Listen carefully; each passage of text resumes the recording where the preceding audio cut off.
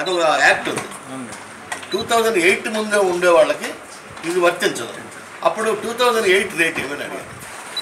ఇది ఏమడిగాను, పేదల కోసం అడిగాను. నేను చేస్తే చేస్తారు, లేదు ఇప్పుడు ఎట్లా మీరు చేయలే. నేను ఎస్సీల కోసం ఏదో బాధపడుతూ నేను మీ దగ్గర చెప్పలేక, మీ టైం ఇవ్వక, మీరు చెప్పక, మీ వెంట తిరిగి ఎన్నోసార్లు పార్టీ గురించి, కమ్యూనిటీ గురించి చెప్పాలని ఎన్నోసార్లు ప్రయత్నం చేసినాను.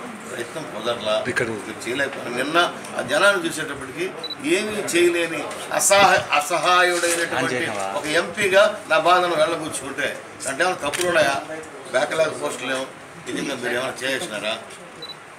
మీరు పోస్ట్ గ్రాడ్యుయేట్స్కి స్కాలర్షిప్లు ఇస్తూ ఉన్నారా? మీరు ఆక్రమించుకుంటే ఏమి చేయరు, కానీ ఒక సెంటు భూమిలో పోయి పేదవాడు కానీ ఎవరన్నా పోయి ఒక హట్టేసుకోకపోతే జేసీబీతో తొక్కిచ్చేస్తున్నారా లేదా? అంతేకాదు, నేనేమడిగాను, అందరూ అడిగారు, ఏందయ్యా ఇదే రాయలసీమ పక్కన రిప్రజెంటేషన్ ఏంది, నువ్వేం మాట్లాడవా? నువ్వు ఎంపీ కదా, మనం 20% ఉన్నాం కదా, మనకు 5-6 మంది రావాలి కదా, మనకి 5 మంది రావాలి కదా. ఇద్దరిని ఇచ్చేశారు, అది కూడా ఇద్దరిని వెస్ట్ గోదావరిని గుంటూరు, లాస్ట్ టైం అక్కడే ఇచ్చారు, మళ్ళీ అక్కడే ఇచ్చారు. రాయలసీమకి అసలు రిప్రజెంటేషన్ లేదు. ఏంది కథ? మీరు అడగచ్చు కదా.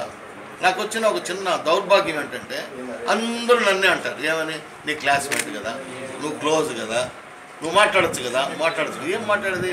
నాకే అవకాశం ఇవ్వకుండా ఏం చేయాలి నేను?